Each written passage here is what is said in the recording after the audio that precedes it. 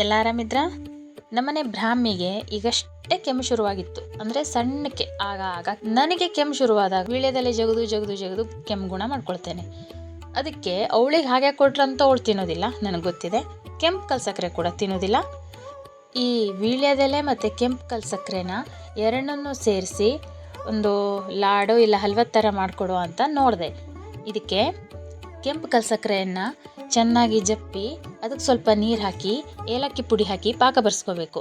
ವೀಳ್ಯದೆಲೆಯನ್ನು ಮಿಕ್ಸರಿಗೆ ಹಾಕಿ ಅದರ ರಸನ ಅರಿಸಿಟ್ಕೋಬೇಕು. ನಂತರ ಒಂದು ಪಾತ್ರಕ್ಕೆ ತುಪ್ಪ, ಕೆಮ್ಮು ಬಂದವ್ರಿಗೆ ತುಪ್ಪದಲ್ಲಿ ಮಾಡಿಕೊಡ್ತೆ ಅಂತ ನಗಬೇಡಿ, ತುಪ್ಪ, ಅದಕ್ಕೆ ಕೊಬ್ಬರಿ ತುರಿ ಹಾಕಿ ಕೆಂಪಗಾಗೋ ತನಕ ಹುರಿದು ನಂತರ ಅದಕ್ಕೆ ಕಲ್ಸಕ್ಕರೆದು ಆ ಪಾಕವನ್ನು ಹಾಕಿ ಚಲೋ ಮಾಡಿ ಅದು ಗಟ್ಟಿ ಪಾಕ ಬರೋ ತನಕ ಬಂಡಿಲ್ ಹುರಿಬೇಕು. ಸೇಮು ಹಲ್ವಾ ಮಾಡ್ದಂಗೆ.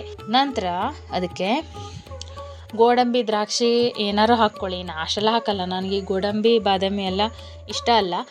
ಮಗಳು ತಿನ್ನೋದಾದ್ರೂ ನಾ ಯಾಕೆ ಹಾಕಲ್ಲ ಅಂತ ಹೇಳ್ತೆ. ಅದನ್ನು ಹಾಕಿ ನಂತರ ಒಂದು ಪಾತ್ರಕ್ಕೆ ಹಾಕಿಟ್ಕೊಂಡು ತಣ್ಣಗಾದ ತಕ್ಷಣ ಅದನ್ನು ಉಂಡೆ ಕಟ್ಟಿ ಇಟ್ಟರೆ ಆಯಿತು. ಅದು ಗಟ್ಟಿ ಆಗುತ್ತೆ. ಆಮೇಲೆ ಇಷ್ಟೆಲ್ಲ ಮಾಡಿದ್ರೂ ಅದನ್ನು ಬ್ರಾಹ್ಮಿ ತಿನ್ನಲಿಲ್ಲ. ಅವಳು ತಿನ್ನಲ್ಲ ಅಂದಮೇಲೆ ಅದನ್ನು ನಾನೇ ತಿನ್ನಬೇಕಲ್ಲ, ಅದಕ್ಕೆ ನಾನು ಜಾಸ್ತಿ ಗೋಡಂಬಿ ಎಲ್ಲ ಹಾಕಿಲ್ಲ. ಇದನ್ನು ಮಾಡಿ ರುಚಿ ಆಗುತ್ತೆ.